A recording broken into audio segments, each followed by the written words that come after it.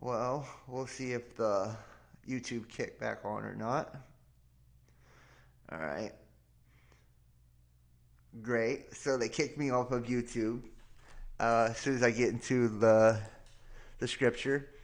Um, but right now is the time for us to remain vigilant, remain steadfast, remain in love, seek peace in our hearts and in our lives and in every way that we can. Because as the world gets more chaotic, um, the only true shelter from the turmoil of the things that take place externally to us is the internal peace and internal knowing that each and every one of us have.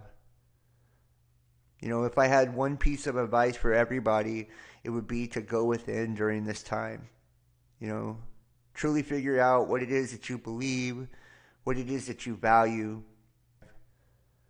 You know, like each moment that we have is a blessing, each moment that we have is a gift. You know, and to not see it as such is it's a crime, really. You know, like the experience of life, the experience of experience. You know, we truly are given a divine gift. You know, experience the beauty of children, nature, the wonders of the heavens, the gift of learning, community, family, all these things. And I feel like we take those things for granted each and every day.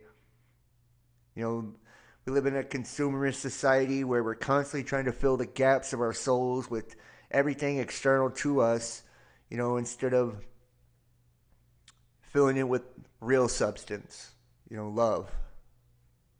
You know, so I think if anything that I do apologize. I don't know why it cut off right there. That's a pain in the ass, but it is what it is. I think if anything that these times are just a reminder to each and every one of us to be grateful for every and everyone that we have in our lives. You know, and you know, like I said, I would be incredibly watchful over the things that are taking place across the world. I would have plans in place for, you know, just in case type of scenarios. You know, the world governments are preparing, so why wouldn't you? You know, it's only logical. An intelligent human being has a plan for a catastrophe. You know, that doesn't make you a conspiracy theorist or a weirdo or, you know, afraid or anything like that. It makes you intelligent. You know, it's for lack of knowledge that surely my people will perish. So those who don't do their homework, those who don't study, you know, those who don't learn.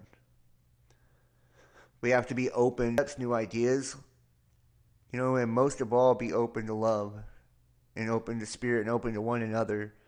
Because I feel like that's the true crime that's taking place, you know, in our age, is that we've all allowed ourselves to be turned against one another.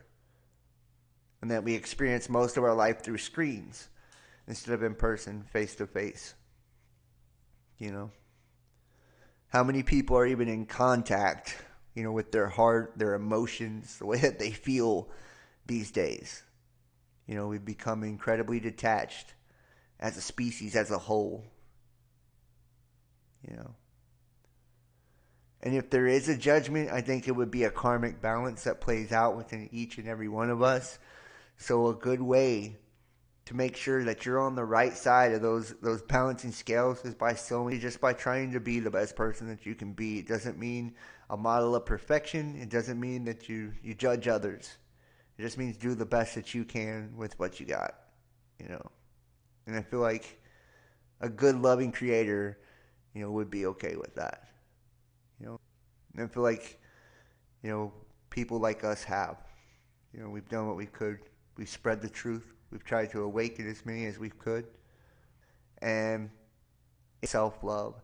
And to remember to take care of others. The reason that we work on ourselves, we learn to love ourselves, is so we can be better to love, take care of others, so we can be better to serve others.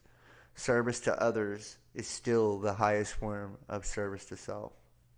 So, I want to go ahead and wrap this one up.